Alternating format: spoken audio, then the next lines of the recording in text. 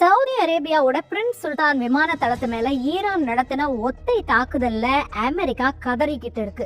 America அவங்க நாட்டோட கர்வமா நினைச்ச $500 மில்லியன் மதிப்புள்ள E3 சென்ட்ரி அவக்ஸ் விமானம் எப்படி செதஞ்சு கிடக்குதுன்னு பாருங்க. ஒரு வல்லரசு நாட்டோட கண்களை ஈரான் எப்படி பிடுங்கி போட்டுடுச்சு அப்படின்னு செய்தி சேனல்கள் திரும்ப திரும்ப இதை ஒளிபரப்பிட்டு இருக்காங்க. ஈரானோட மலிவான ட்ரோன் எப்படி இந்த அதிநவீன இயந்திரத்தை வீழ்த்துச்சு, அதை பற்றின முழுமையான செய்தியை நம்ம இப்ப பார்க்கலாம். முதல்ல ஆவக்ஸ் ஏன் முக்கியம் அப்படின்னு பார்க்கலாம். இதோட விரிவாக்கம் என்னன்னா airborne warning and control system. இது வெறுமனே விமானம் இல்ல, வானத்துல பறக்கிற ஒரு சூப்பர் கம்ப்யூட்டர். இதோட மேல் பகுதியில 30 அடி அளவுக்கு ராட்சத தட்டு இருக்கு இல்லையா, அது 360 டிகிரிலையும் சுழன்று 400 கிலோமீட்டர் தூரம் வரைக்கும் நோட்டையிடும். தரைப்பகுதியில இருக்க ரேடார்களால பூமியோட வளைவை பார்க்க முடியாது. அதனால தாழ்வா ஏதாவது ட்ரோன் பறந்து வந்தாலும் தரைப்பகுதியில இருக்க ரேடாருக்கு தெரியாது.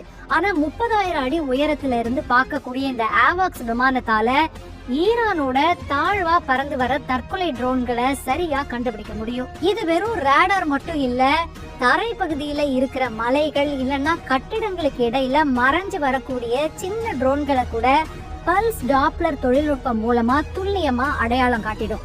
இதுதான் அமெரிக்காவோட வான் பாதுகாப்போட நரம்பு மண்டலம் மாதிரி. இந்த விமானத்துக்கு உள்ள 10 இருந்து 15 கம்ப்யூட்டர் ஆபரேட்டர் இருப்பாங்க.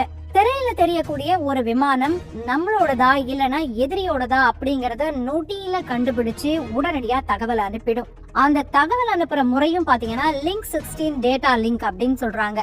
இது ரொம்பவே முக்கியமானது. ஆவாக்ஸ் கண்டுபிடிக்கிற தகவல்களை வாய்மொழியா சொன்னா கூட நேரம் ஆயிடும்னு உடனடியா டிஜிட்டல் தரவுகளா பக்கத்துல இருக்கிற F-35 இல்லனா F-16 போர் விமானங்களோட திரைக்கு நேரடியா அனுப்பிடும். இதனால போர் விமானிகள் ரேடாரை தேடாமலேயே எதிரி எங்க இருக்கிறாங்க அப்படின்றத கண்டுபிடிச்சிருவாங்க. அடுத்தது மின்னணு போர் முறை, எலக்ட்ரானிக் வார்ஃபேர் அப்படின்னு அடிக்கடி சொல்றாங்க இல்லையா இந்த போர் தொடங்குனதுல இருந்து. அதுதான் ஜாமிங். எதிரி நாட்டு ரேடார்களை செயலிழக்க செய்யக்கூடிய ஆற்றலும் இதுக்கு உண்டு.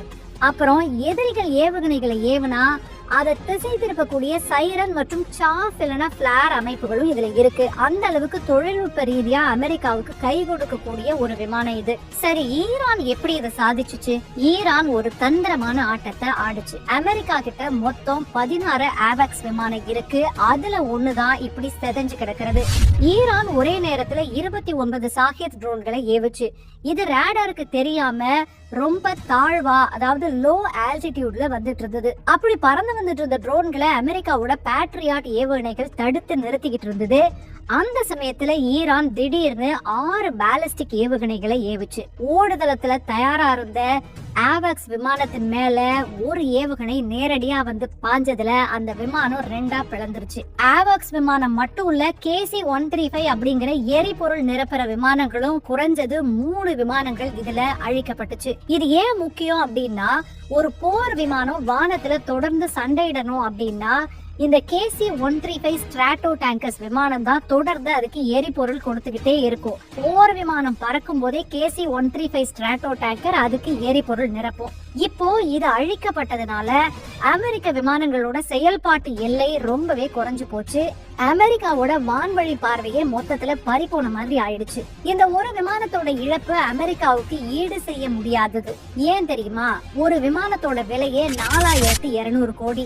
அப்புறம் ஒரு KC ஸ்ட்ராட்டோ டேங்கர் விமானத்தோட விலை 400 கோடின்னு வச்சுக்கிட்டா அது ஒரு 1200 கோடி. ஒரே ஒரு தாக்குதல்ல அமெரிக்காவுக்கு 5400 கோடி அளவுக்கு நஷ்டம். ஆவாக்ஸ் இல்ல அப்படின்னா ஈரானோட அடுத்தடுத்த ட்ரோன் தாக்குதல்களை முன்கூட்டியே கண்டறிய முடியாம அமெரிக்கா திணறும். இந்த தாக்குதல் நடந்த ஆத்திரத்துல அமெரிக்கா உடனடியா ஈரானுக்கு பதிலடி கொடுத்துச்சு.